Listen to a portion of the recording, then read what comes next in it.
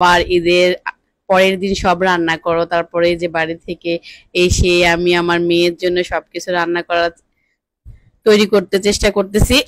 তারপরে হচ্ছে এখানে যে মশলা সব কষিয়ে নিলাম, গরুর মাংস রান্না করব। আর সব মশলা দিয়ে যেখানে গরুর মাংস দিয়ে দিলাম, গরুর মাংস দিয়ে ভালো করে কষিয়ে নেব। এখন গরুর মাংস কষিয়ে নিচ্ছি এখানে। বাড়িতে যাওয়ার পরে তেমন একটা মানে গুছিয়ে বাচ্চাদের খেতে দিতে পারি নাই, গুছিয়ে কাজ করতে পারি নাই, তো তাই বাচ্চা বলতেছে যে আম্মু আবার রান্না করো, আবার এখানে আমরা খাবো। আমরা আবার ঈদের দিনে চলে আসছিলাম গ্রামের বাড়িতে, অনেক গরম লাগতেছিল, বাচ্চারা আমার ছোট মেয়েটা খুব আমাকে জ্বালাচ্ছিল, তো তাই চলে আসছিলাম।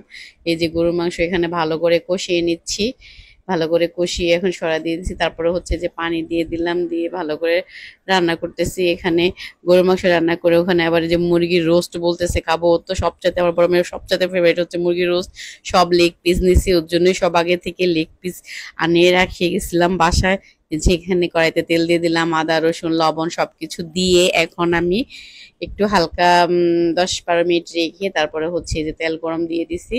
তেল গরম দিয়ে এখন লেগগুলোকে ভালো করে ভেজে নেব, একটু চিড়িও দিছি যেন লেগগুলো একটু ভালো করে মানে ভাজলে একটু মশলা ঢুকে, যে ভেজে এখানে রেখে দিছি। তারপরে যে যেখানে আদা পেঁয়াজ রসুন সবকিছু দিয়ে লবণ দিয়ে তাড়াতাড়ি করে রান্না করতেছি। ওখানে আবার গরম পানি দিয়ে রেখেছি, পোলাও করব তাই। এই যে এখানে আদা রসুন দিয়ে সবকিছু, তারপর আবার দুধ গুলে রেখেছিলাম। রোস্টে একটু দুধ না দিলে তো ভালোই লাগে না আমার মনে হয়। অনেকে টক দই ইউজ করে, কিন্তু আমি দুধটা দিই। তাই যে এখানে আদা রসুনটা দিয়ে ভালো করে ভাজতেছি, ভালো করে নেড়ে চেড়ে ভেজে নিচ্ছি। তারপরে হচ্ছে এই যে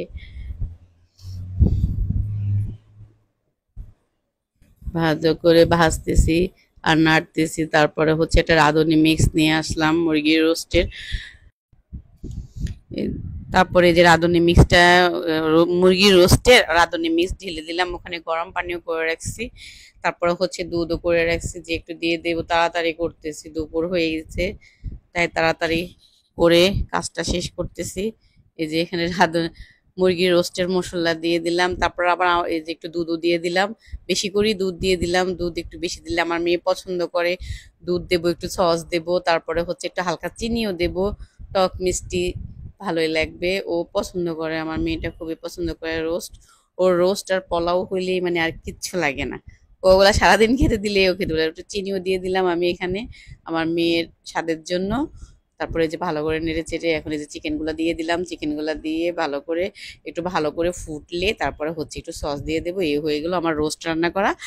তারপরে হচ্ছে এখন পোলাওটা বসিয়ে দেবো, তারপরে একটু সেমাইও রান্না করব, সেটা চিন্তা করতেছি, একটু দুধ ছিল সেটাও লাস্টে দিয়ে দিলাম, বললাম যে পুরোটাই দিয়ে দিই, বেশি করে দিলে বেশি মজা হবে, তাই বেশি করে দুধ দিয়ে দিলাম। এই যেখানে চলে আসলাম, পোলাও চাল ধুয়ে রাখছি, ঘি দিতেছি হালকা, একটু সয়াবিন তেলও দিয়েছি, তারপরে হচ্ছে যে একটু ঘি দিয়ে দিলাম। এই যে সস ডিব্বা দেখে এই নুডলস দিয়েছি, তো ওই যে এখানে আবার রোস্টারের পাশ সাইডের চুলায় বসিয়ে রেখেছি। তারপরে হচ্ছে এখানে বসাইতেছিলাম পোলাওটা, পোলাও বসাচ্ছি। তারপরে এই যে পেঁয়াজ আদা রসুন দারচিনি সবকিছু দিয়ে দিলাম, দিয়ে ভেজে টেজে তারপরে তাড়াতাড়ি করে রান্না করে নেব।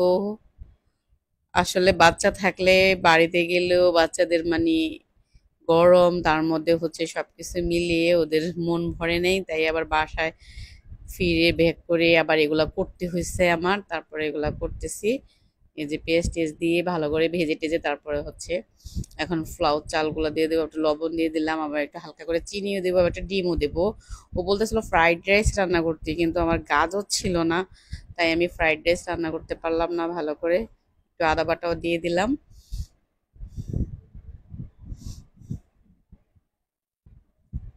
যে ভালো করে ভেজে আদাটা ভালো করে ভেজে নিলে তা আদার গন্ধটা থাকে না। তারপরে একটু গাজর পেলাম, অল্প একটু গাজর পিস, তারপরে গাজরটাও এখানে দিয়ে দিছি। তারপরে হচ্ছে মানে বাচ্চাকে বোঝানোর জন্য যত তাড়াতাড়ি করা যায় একটা ডিমও দিয়ে দিলাম, দিয়ে তারপরে একদম পোলাও চালটা ভেজে তারপরে একদম বসিয়ে দিলাম। একটু তেল কম দিয়েছি, কারণ হচ্ছে বাচ্চা মানুষ তো গরমে দিয়ে তেল খেলে আরো সমস্যা হয়, তাই তেল একটু কম করে দিয়েছি। এখানে একটু সবকিছু আমি একটু ভাজা তারপরে হচ্ছে যে পোলাও চালটা দিয়ে দিচ্ছি, যে চালটা ভেজে তারপরে ওখানে গরম পানি দিয়ে রেখেছি, এটা ভালো করে একটু ভেজে টেজে তারপরে গরম পানিটা দিয়ে দেব। ভালো করে একটু নাইড়া নিই। আসলে আমি পরে বুঝতে পারলাম যে পাতিলে যে তারপরে হচ্ছে যে সেমাইও রান্না করলাম একটু, ওর জন্য বলে একটু বিকেলে সেমাই খাবে, তারপরে হচ্ছে বিকেলে সেমাই করলাম, তারপরে আবার চলে আসলাম যে বাড়ি থেকে কি কি নিয়ে আসলাম সেগুলো একটু নিলাম। এই যে পাটের শাক আনছে, চাল কুমড়া শাক আনছে, তারপরে হচ্ছে চাল কুমড়া শাক দিয়ে বিভিন্ন ডাল দিয়ে বড়া বেজে খেলে খুবই মজা লাগে। পাটের শাকের তো আর বলার কিছুই নাই। এখানে কাঁচামরিচও নিয়ে আসছিলাম। তারপরে এই যে গ্রাম থেকে ঢাকা কাঁচামরিচের এত দাম, তাই আসার সময় দেখলাম যে আমাদের এই যে কাঁঠালও নিয়ে আসছিলাম। এখানে কাঁঠালটা, আমি কাঁঠালটা ফাটা দেখে মনে করছিলাম কি কাঁঠালটা পাকা, তাই আমি নিয়েছিলাম কাটার জন্য। পরে দেখি না কাঁঠালটা কাঁচা, পাকে নেই। তারপরে দেখেছি। আল্লাহ হাফেজ, টাটা, বাই বাই।